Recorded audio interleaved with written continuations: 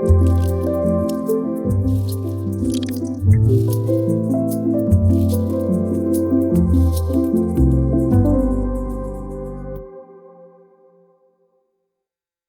a small puzzle. The Seahorse emoji. There isn't one. There has never been an official Unicode Seahorse emoji. And yet, people are absolutely certain they've used it. Scroll through TikTok, Reddit, or old emoji threads, and you'll find people insisting they had a seahorse on their phone in 2016. They remember tapping it, sending it, seeing it right there next to dolphins and tropical fish. But when you go looking, there's nothing to find. That's a textbook Mandela effect, and it turns out large language models fall for it too. A researcher named Thea Vogel tested this directly.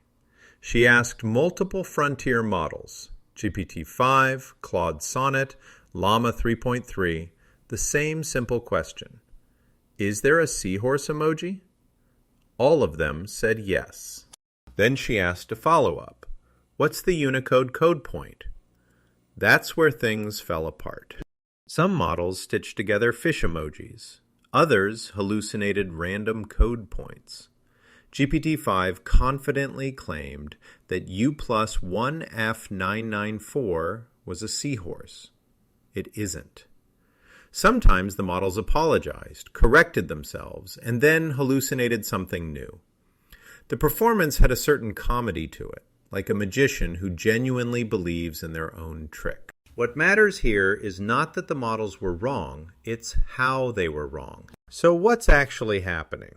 The models aren't trying to deceive anyone, they're doing exactly what they were trained to do. This failure isn't about lying, it's about structure. Concepts like seahorse are weakly grounded inside language models. Even when the word exists in the vocabulary, the internal representation isn't a single stable thing. It's spread across overlapping features. Sea pulls the model toward coral reefs, tropical fish, waves. Horse pulls it toward mammals, stables, saddles, four legs.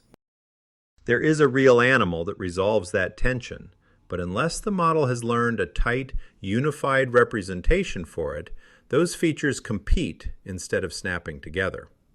The result is a statistical mirage, something that never existed, but feels like it should have. And there's a second force making this worse: agreeableness. Modern models are fine-tuned to be helpful, cooperative, and validating. Researchers call this sycophancy. If a user strongly implies that something exists, the model is biased toward agreeing rather than pushing back. If you really want there to be a seahorse emoji, your AI is inclined to give you one. This connects to a deeper incentive problem. Evaluation benchmarks usually reward confident answers, even when "I don't know" would be more accurate. It's like an exam where leaving a question blank scores 0, but guessing gives partial credit. Language models face the same pressure. Admitting uncertainty doesn't help benchmark scores. Guessing sometimes does.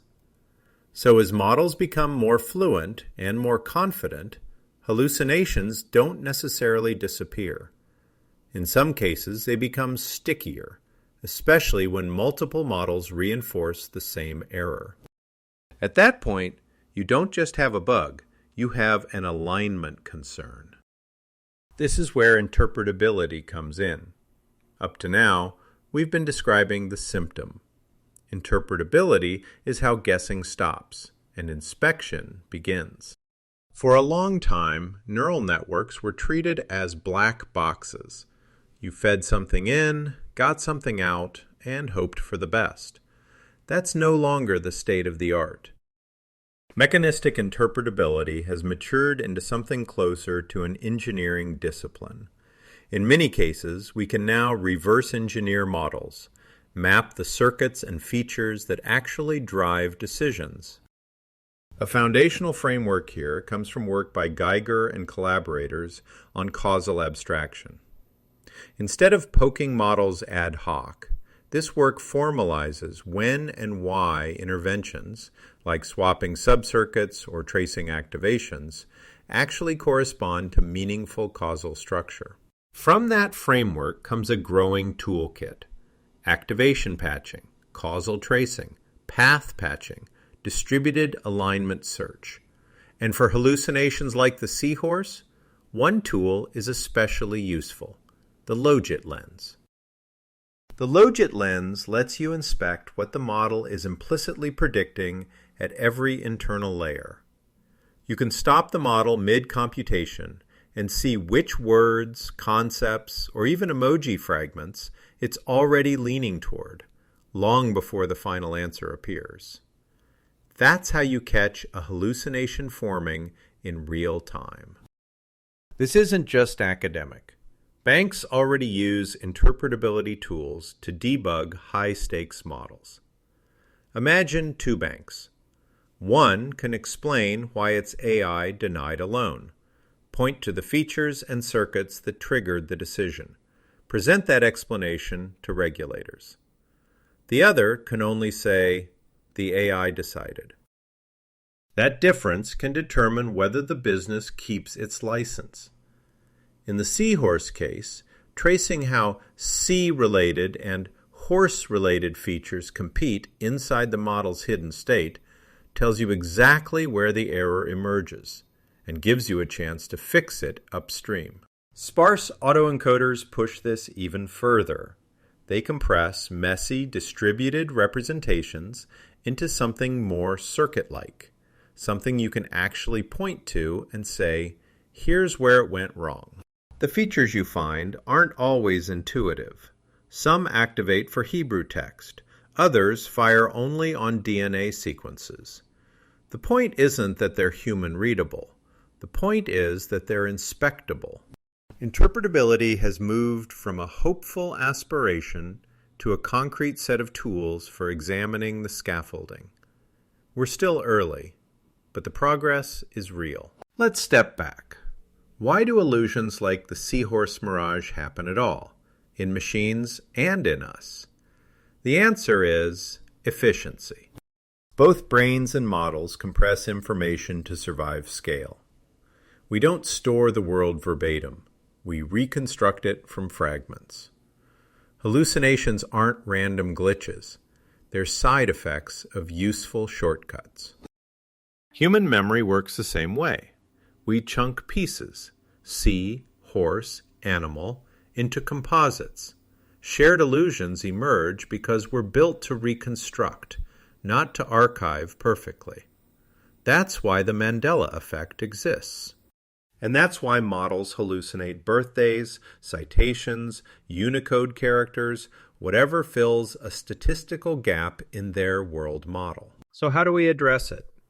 Some systems use retrieval, checking facts against an external source before answering. Others use interpretability tools to locate and weaken spurious internal associations. And better training objectives can reward intellectual honesty over confident guessing. But there's a deeper question underneath all of this. If both minds and machines hallucinate, if both fall for the same kinds of illusions, what does that tell us about intelligence itself? Is being smart inherently tangled up with making smart mistakes? Next time your AI insists it's seen something no human can find, consider this. Did it really lie? Or is it doing what we do, dreaming fragments into wholes, trying to make the world feel coherent? I'm Arshavir Blackwell, and this is Inside the Black Box.